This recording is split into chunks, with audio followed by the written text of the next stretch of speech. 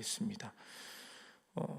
오늘 본문의 말씀을 살펴보면 갈라디아 교회 안에 이 가짜 복음, 이 다른 복음이라고 하죠. 이 복음, 다른 복음, 가짜 복음의 영향이 얼마나 심각했는지를 짐작할 수 있는 대목을 우리가 발견하게 됩니다. 우리가 갈라디아 계속 이 배경을 기억하면서 말씀을 보고 있는데요. 율법을 지켜야 구원을 받는다라는 이 유대 율법주의가 교회 안에 침투하면서 이 많은 성도들이 그 영향을 받아서 율법을 따라 살아가려는 어리석은 모습을 보이고 있다는 것을 우리가 지난 시간들을 통하여서 이미 살펴본 것이죠. 그런데 오늘 이 말씀을 보면 그 교회 안에 이 율법을 따르려고 하는 문제로 인해서, 율법으로 돌아가려는 문제로 인해서 상당히 심각한 문제가 교회 안에 있었다는 것을 우리가 알 수 있게 됩니다. 특별히 12절부터 16절까지의 내용은 과거 바울이 처음 복음을 전했을 때와 현재 이 거짓 선생들로 인해서 가짜 복음을 듣고 난 이후 이 성도들의 모습, 이 갈라디아 교인들의 변화된 모습을 비교하면서 얘기를 하고 있는데요. 처음 바울이 복음을 전했을 때 갈라디아 교회 성도들은 특별히 바울에 대하여서 환대하고 그를 영접했다는 것을 우리가 알 수가 있습니다.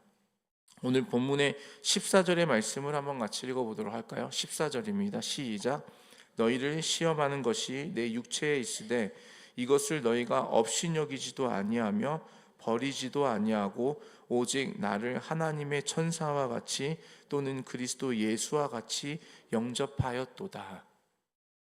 특별히 바울이 육체의 질병이 있어서 그것으로 인해서 바울이 전하는 복음에 대해서 의심할 수도 있고 그 바울을 믿지 못할 그러한 많은 어떤 환경적인 요인이 있었음에도 불구하고 갈라디아 성도들은 오히려 바울이 가진 그 육체의 약함을 업신여기지 아니하고 그를 존중하면서 영접했다라고 말씀하고 있는 것이죠. 바울에 대한 갈라디아 성도들의 마음이 얼마나 각별하고 소중했는지를 알 수 있는 것이죠.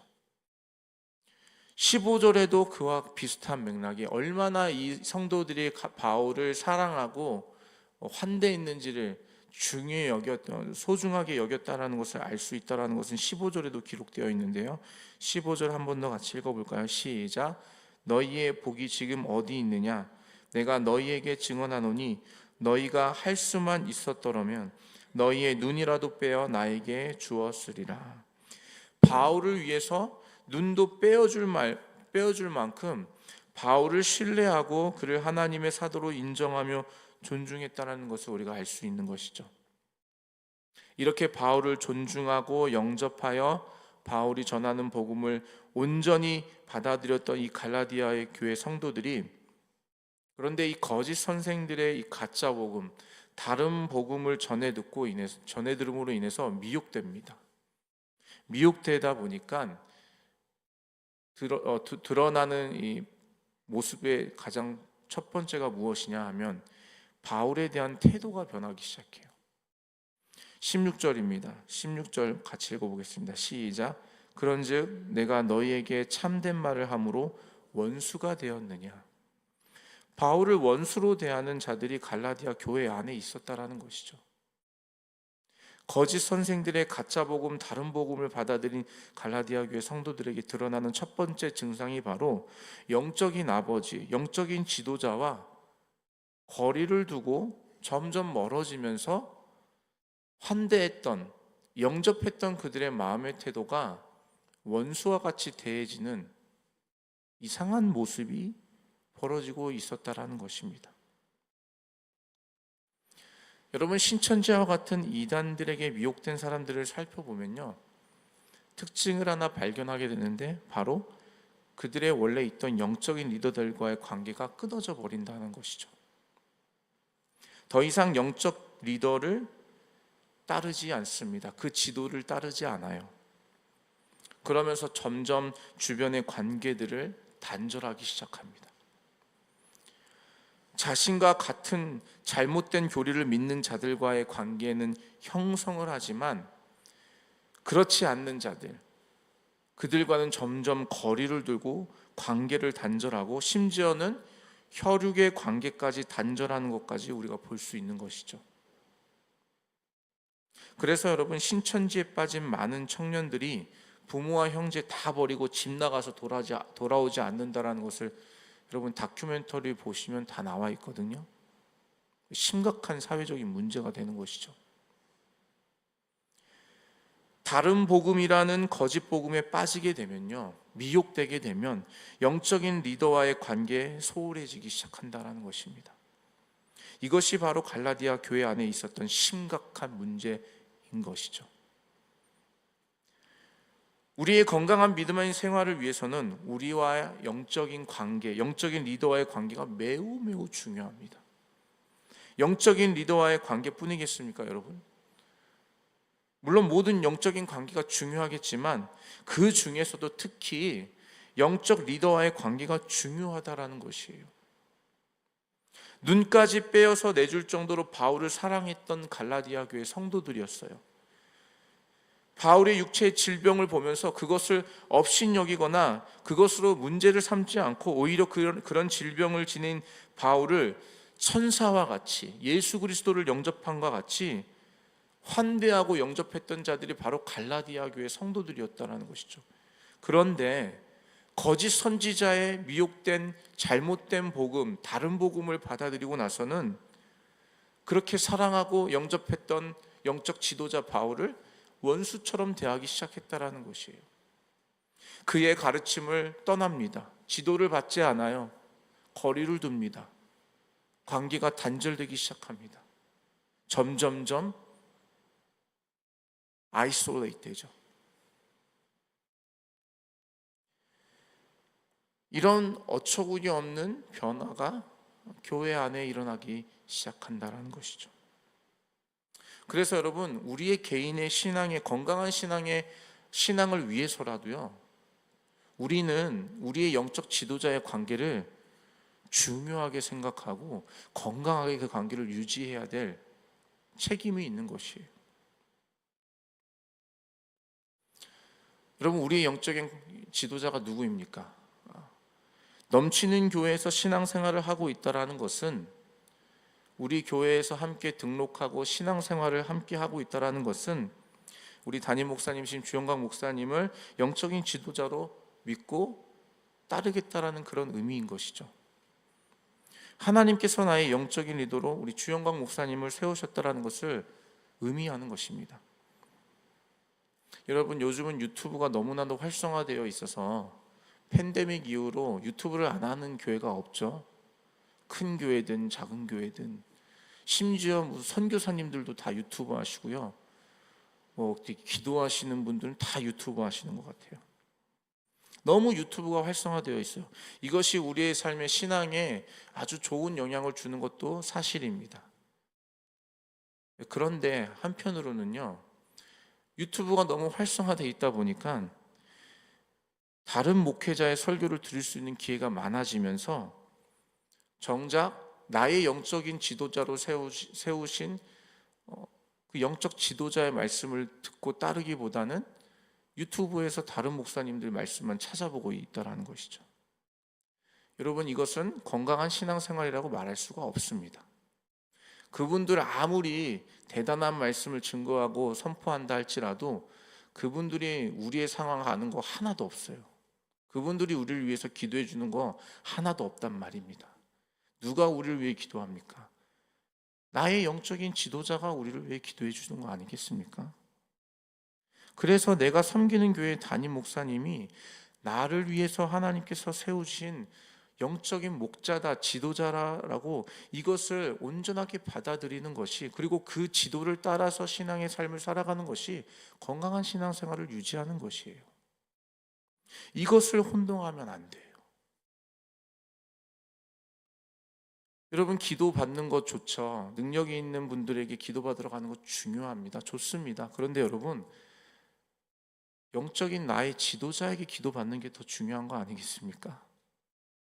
여러분, 아무 데나 가서 기도 받는 거 그거 좋은 거 아니라고 생각합니다. 갈라디아 교회가 지금 혼동하고 있는 게 무엇입니까? 자기의 영적 지도자가 누군지를 분간을 못하고 있는 거예요.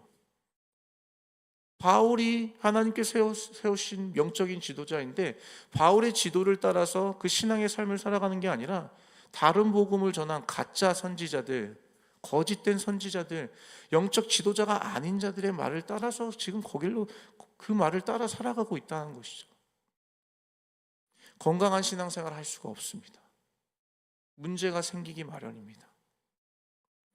사단은 언제나 이렇게 우리를 유혹하려고 달려들고 있다는 것이죠.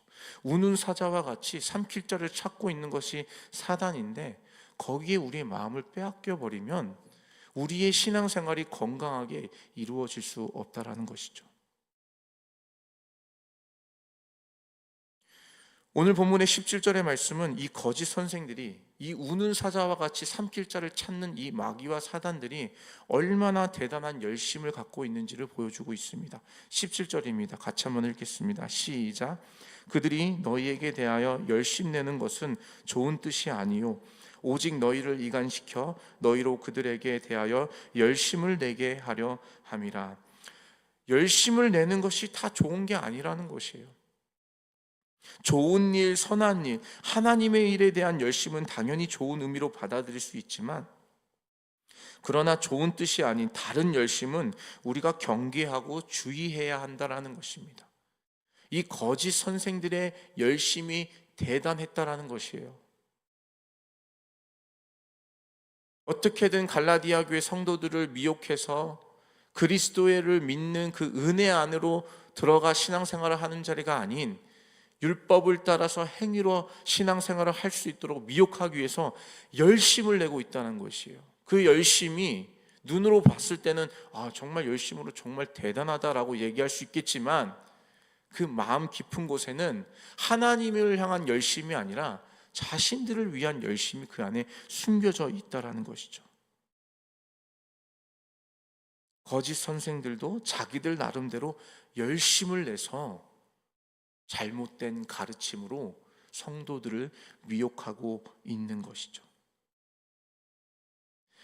그래서 항상 우리는 내가 가지고 있는 열심에 대하여서도 의심하면서 점검하는 것이 필요합니다.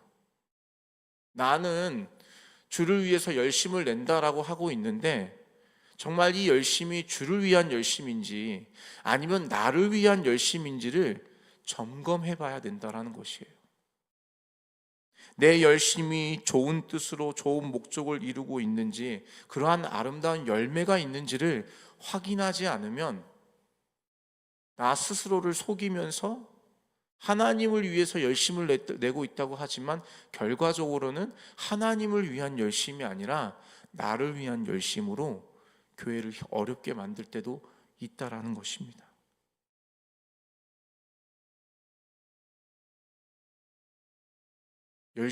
열심이 다 좋다라고 얘기할 수 없다라는 것이죠. 그 열심이 어떠한 열심인지 점검하고 확인해야 합니다. 이렇게 갈라디아 교회가 거짓 선생들의 가르침으로 인해서 완전히 심각한 영적인 혼란으로 혼미한 상태가 되었어요. 자기 아버지가 영적인 아버지가 누군지도 알지 못하는 이 혼미한 상태에 빠지게 된 것이죠. 처음 복음을 전한 바울 입장에서는 정말 힘이 빠지는 상황이 아닐 수 없습니다. 여러분, 한 영혼이 돌아오는 게 얼마나 어려운 일인지 아시죠? 한 영혼이 돌아오는 게 정말 어려운 일인데 그렇게 힘을 다하여 복음을 증거해서 교회가 생겨지고 교회가 세워지고 그 교회 그 말씀을 따라서 이제 그리스도를 믿는 믿음으로 살겠다라고 이제 결단한 성도들이 이제 신앙생활을 하고 있는데 잠시 다른 지역으로 선교 여행을 떠난 사이에 이 모든 것이 다 무너져 버린 거예요. 얼마나 허탄하겠습니까? 얼마나 힘이 빠지겠습니까? 절망되고 낙심되는 상황이지요. 그런데 바울은 끝까지 갈라디아 교회 성도들을 포기하지 않아요. 그래, 니들 마음대로 해봐. 너희들은 이 말씀 들을 자격도 없어. 알아서 해. 이렇게 내버려 두지 않고 포기하지 않습니다. 19절 말씀 같이 한번 읽겠습니다. 19절입니다. 시작. 나의 자녀들아, 너희 속에 그리스도의 형상을 이루기까지 다시 너희를 위하여 해산하는 수고를 하노니. 다시 해산하는 수고를 하겠다고 고백을 합니다. 갈라디아 성도들이 다시 참된 복음으로 회복될 수 있도록 그 수고와 고통을 다시 감내하겠다라는 것이에요. 무엇보다 바울이 갈라디아 성도들을 지칭하는 말이 나의 자녀들아 라고 지칭하는 걸 볼 수가 있어요. 이것이 얼마나 이 바울이 갈라디아 교회 성도들을 사랑하고 있는지를 알 수 있는 것이죠. 바울을 원수와 같이 여기는 성도들이 있다는 것을 바울은 알면서도, 또한 그것에 대해서 분노하고 괘씸하게 생각할 수도 있었겠지만, 그러나 바울은 끝까지 그 책임을 다하며 갈라디아 교회 성도들을 향한 그 마음, 다시 온전한 복음으로 돌아올 수 있도록 다시 해산하는 그 고통을 감내하면서까지 힘을 다하겠다라고 고백하며 결단하는 것을 볼 수 있는 것이죠. 이것이 바로 참된 목자의 모습이라는 것이에요. 책임을 다하고 그 영혼이 돌아오기까지 힘을 다하는 것. 그런데 여러분, 거짓 선생들은, 거짓 목자는 다릅니다. 여러분, 책임지지 않아요. 책임 안 집니다. 신천지에서 문제가 생기니까 막 이제 방송국에서 찾아가서 그 신천지에 관계된 이 지도자들에게 인터뷰 막 해요. 아니, 이 사람들이 당신들의 교리 때문에 이 청년들이, 젊은 청년들이 집을 다 떠나가지고 부모 형제 다 떠나고 이렇게 살아가고 있다. 이거 어떻게 된 것이냐 이렇게 물어보면요, 그 사람들 뭐라고 대답하는지 아세요? 자기가 그렇게 오라고 한 적이 없다. 자기들이 좋아서 온 거다. 그걸 나보러 어떻게 하냐 이렇게 얘기한다는 거예요. 책임 안 집니다. 거짓 선생들은, 거짓 목자는 책임을 지지 않아요. 그들의 가정이 파괴되고 무너지는 것 신경 쓰지 않습니다. 자신들은 아무런 잘못이 없다라고 얘기한다라는 것이죠. 미안한 마음조차도 없어요.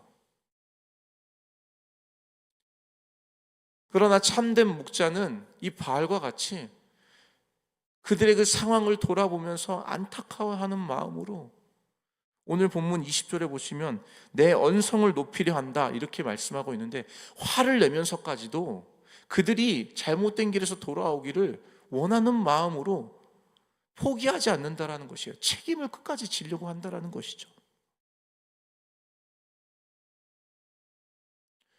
하나님께서 우리에게 맡겨주신 영혼이 있다면 우리는 바알과 같이 끝까지 그들을 예수 그리스도께로 인도하는 데까지, 구원받을 수 있는 데까지 우리가 힘을 다해야 된다는 것이에요.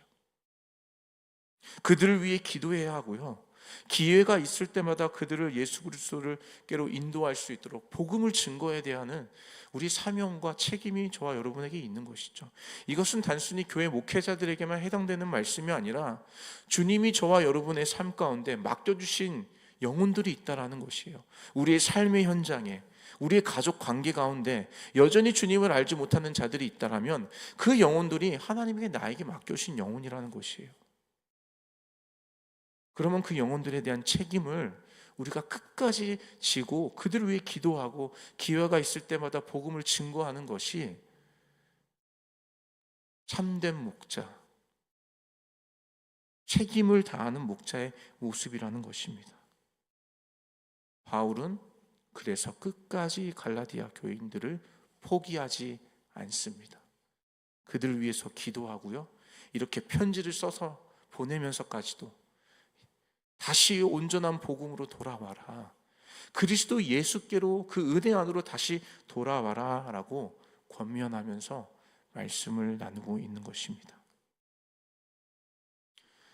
한 달 뒤면 우리가 이제 추수감사절, 또 이웃초청 주일로 하나님께 영광 올리게 됩니다.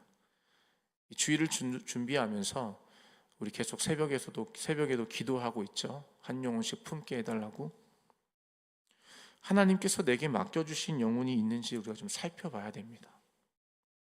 그리고 생각나게 하시는 그 영혼이 있다면 우리가 그들을 위해서 기도하며 복음을 증거할 기회를 달라고 주님께 간구해야 됩니다. 그것이 바로 우리의 사명이고요, 하나님께서 우리에게 맡겨주신 거룩한 일이라는 것이죠.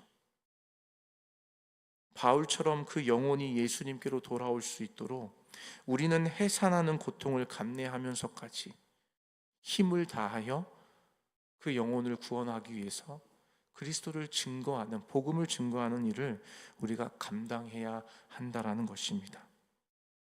이것이 바로 하나님의 부르심에 합당하게 살아가는 참된 그리스도인의 모습이라는 것입니다. 오늘 이 본문의 말씀을 통하여서 우리 크게 두 가지를 함께 나눴습니다. 우리의 건강한 신앙생활을 위해서는 우리의 영적 지도자와의 관계, 건강한 관계로 유지해야 된다. 그리고 우리의 영적 지도자가 누구인지를 분명하게 알아야 한다. 우리가 섬기고 있는 교회의 담임 목회자가 바로 그 영적인 지도자이다. 이것을 우리가 분명히 나눴고요. 두 번째로는 우리가 책임을 다하는 지도자, 영적인 리더가 되어야 된다. 특별히 교회에서 중직을 맡으신 항존 직분자를 맡으신 분들은 모두가 우리가 영적인 지도자라는 의식을 갖고 내게 맡겨주신 사랑방 혹은 선교회 혹은 사역 부서에서 영적인 리더로서 본을 보이시는, 힘을 다하여서 교회를 섬기고 하나님 나라를 섬기며 또 영혼들을 끝까지 책임지려고 하는 이 목양을 감당하셔야 된다는 것이에요. 목양은 담임 목사님이나 혹은 목회자만 하는 것이 아니라 교회 리더들이 목양을 하는 것이죠.